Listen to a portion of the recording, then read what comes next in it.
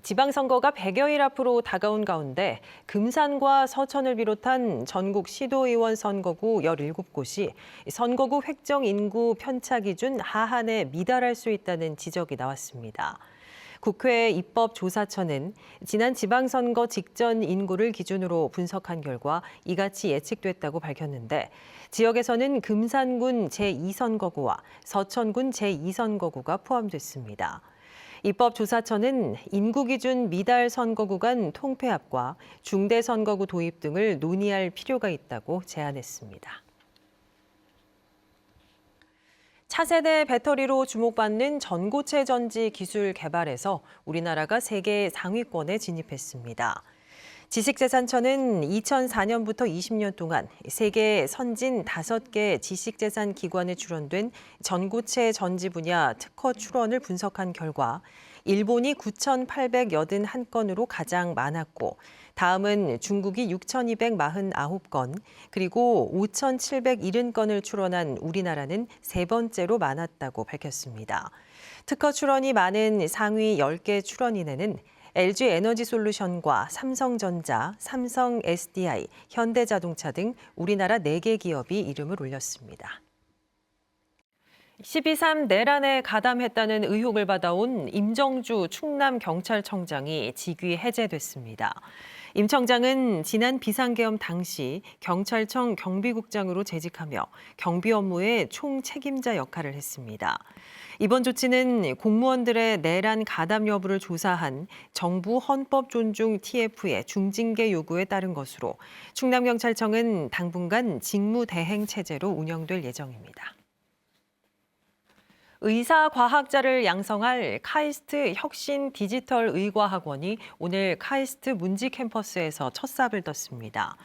카이스트 의과학원 건립에는 국비 270억 원 등 사업비 422억 원이 투입되며 지하 1층에 지상 6층, 연면적 9,730제곱미터 규모로 내년 하반기에 준공될 건립됩니다.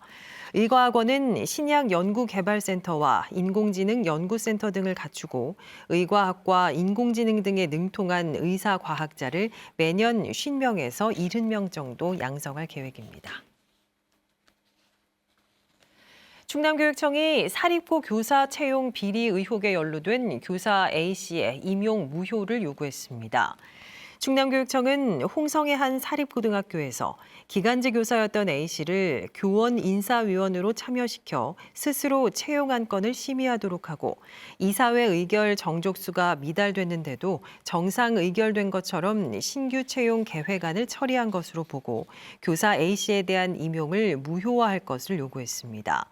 이와 함께 교사 채용 절차를 위반한 관계자들에 대한 경찰 수사도 의뢰했다고 밝혔습니다. 대전시가 전세 사기 피해 주민에게 주거 안정 지원금을 지급합니다. 대상은 사법기관에서 피해 사실이 확인된 주민들로 생계비와 이사 비용으로 가족 수에 따라 60만 원에서 최대 100만 원까지 지급됩니다. 왜곡된 역사관과 기관 사유화 논란 등으로 보훈부 감사를 받은 김영석 독립기념관장이 해임됐습니다. 보훈부 등에 따르면 이재명 대통령이 어제 김 관장에 대한 해임 제청안을 제거했습니다. 이에 따라 2024년 8월 취임한 김 관장은 1년 6개월여 만에 직에서 물러나게 됐습니다.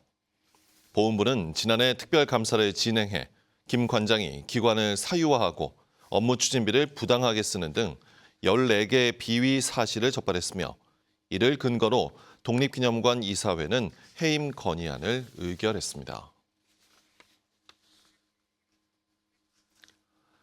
대전, 세종, 충남 지역은 오늘 대체로 맑은 가운데 비교적 포근한 날씨가 이어지겠습니다.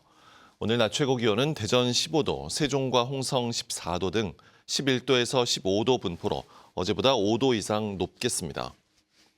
미세먼지는 오전 동안 보통 수준을 보이다 오후부터 나빠지겠습니다. 주말인 내일도 맑은 가운데 아침 최저 기온은 0도에서 5도, 낮 최고 기온은 13도에서 19도까지 오르겠습니다.